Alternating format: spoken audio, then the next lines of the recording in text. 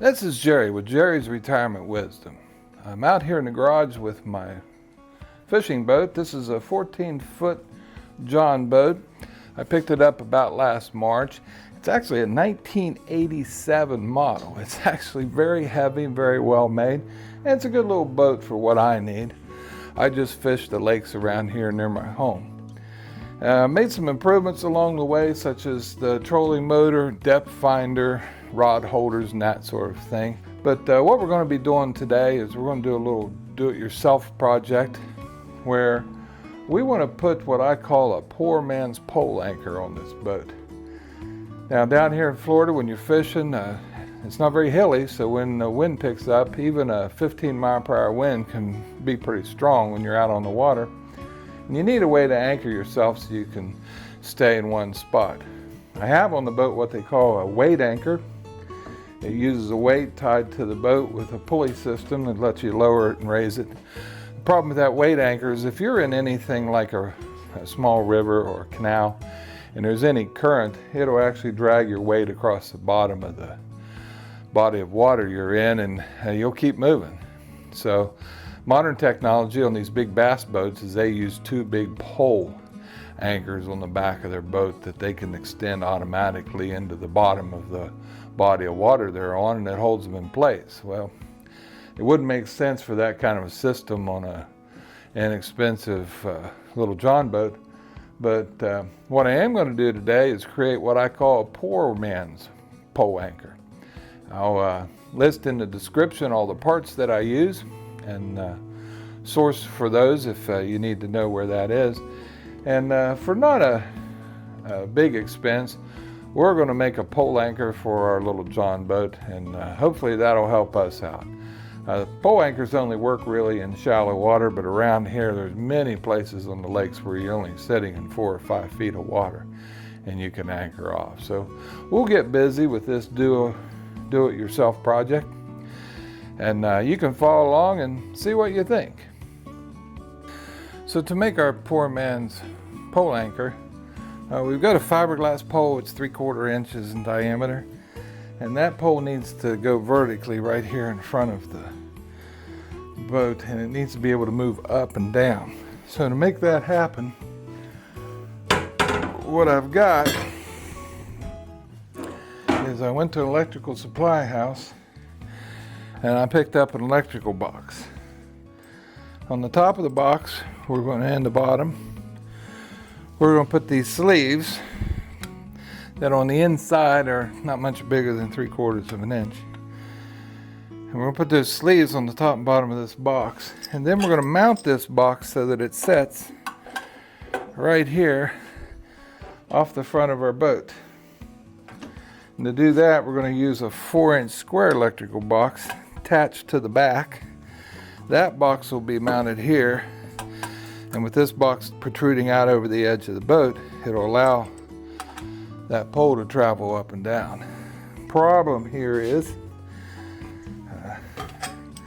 I've mounted my dock lights right here with a protective U-bolt, and that's right where I want my pole attachment to be installed. So the first job we have is to remove this light and remove this safety U-bolt, and we'll have to decide later if we want to move that light over here and let them run tandem on this side, which is probably what I'll do, or eliminate it altogether. These are LED lights and they're very bright.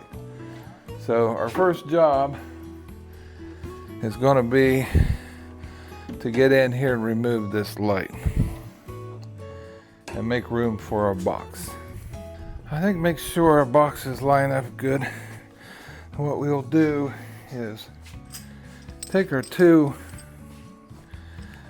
conduit attachments for our electrical box. We've already determined we want to hang this way. And let's knock out the top and bottom of these. And it's going to be right here. So I'm thinking I want the back box knocked out. Easily done. Give them a pop.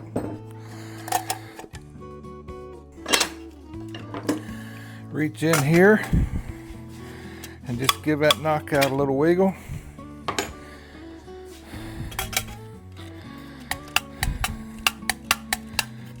And it'll come right off of there. And then these have a lock nut.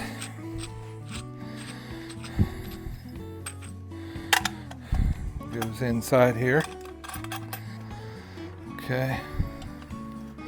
What I'm going to do is make sure this little screws to the outside, even though I don't have any use for it yet.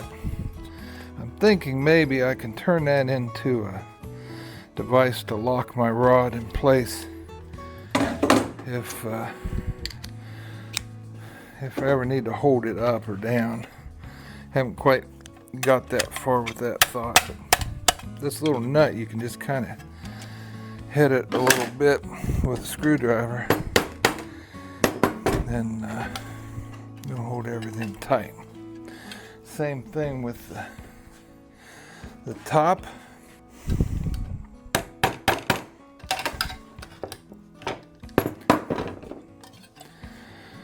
Okay, grab a rod here just for a moment.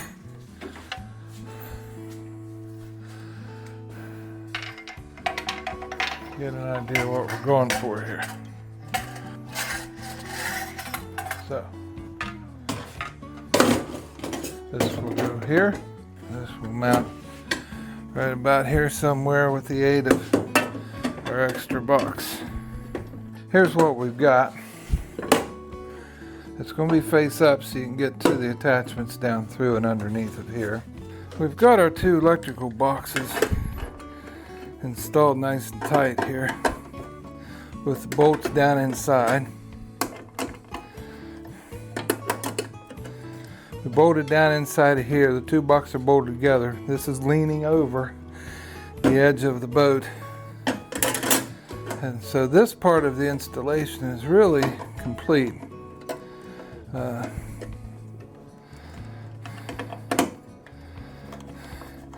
feel like we have a nice solid connection. I intended to put 4 bolts in the boat to hold this tight, but I've got 3 solid points under my main rectangle square box here. And every boat's going to be different. You'll have to find your way as far as how you would like yours to be complete. One last thing I'd recommend is we're going to file off these rough corners here, just because I can picture me snagging my knee on this or something like that, getting in and out, or you get that big fish on there and your line comes across there. You might end up having a disappointing day on the water. So we've tightened our screws up here on top. The front cover here is good and snug. And really we've completed the installation of the device to hold the rod. Our rod is 9 feet long, so I can't show you here in the garage how it's going to work. But basically the rod goes down through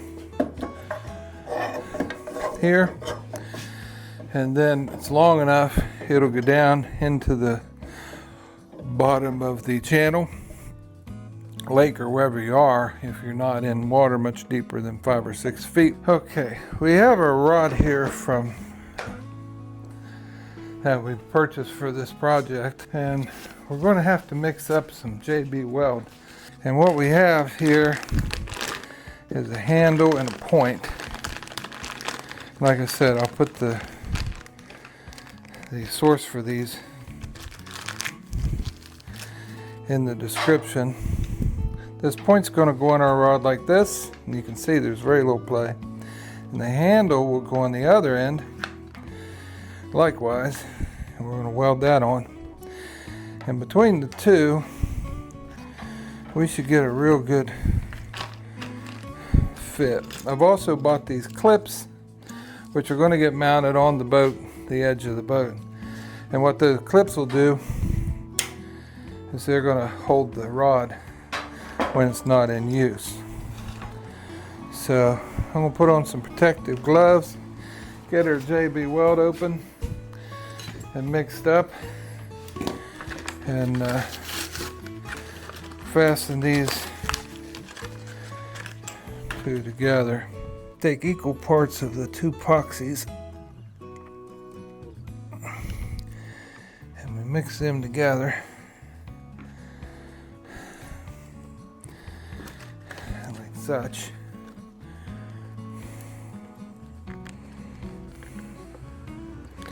It takes about 15-20 minutes to cure, and basically overnight in order to completely dry. Two-part epoxy is the way to go. If you don't have JB Weld two-part, you can use any two-part epoxy. Would do the trick. This is going to mix that up good. That's going to go inside our rod here. I think quickly grab a piece of sandpaper. I think I'll rough up the bottom of this rod.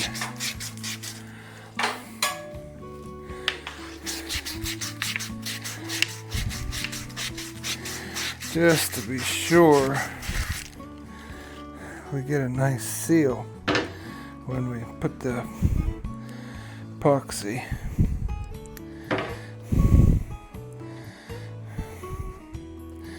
inside our point here and secure it. It's a really good fit, so I can hear the air coming out, so that tells me do it one more time. I don't want to vacuum. That's better. What I've had to do is create a channel in my rod, so when I epoxy it on my tip, it lets some air out. I'm going to take my handle and yep, I'm going to draw an air hole up here, so when we put epoxy on our rod, which we need to do quickly now, and fasten that handle on our rod, that we don't have the same problem we had with the point. I have drilled holes in my handle up at the end, so when I slid that handle on the rod, the air that was created that was in that gap found somewhere to go. Otherwise I'd have the same condition I had at the front, with the point of the handle trying to push itself back off the rod because there was air pressure in there. Take some mineral spirits here. A clean rag. Wipe off our handle and rod. I don't want to be sticky, accumulate dirt and such. Tip here as well. We'll clean that up a little bit if we can. So there we have it. We have our rod tip installed with two-part epoxy as well as the handle. All we need to do now is let those dry, and we're going to install our little fasteners here for the storage of the rod. Okay, last thing we need to do is mount the clips that hold our rod in the boat when it's not in use. Matter of just figuring out where we want to put it. I think I'll put it over here by the rod holders, so that it kind of serves two purposes. The rod is out of the way because you would never step over here, and kind of protects the rods a little bit by lining up there beside them. Screw down our middle bracket.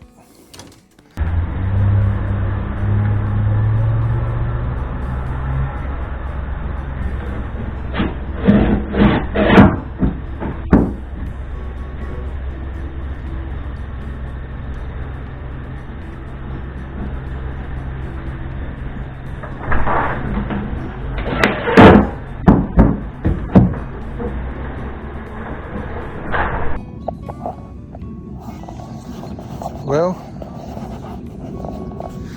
we're out on the water today, and we've installed our new poor man's pole anchor. And I believe we're setting in 4 feet of water. So down here we've got our anchor pole.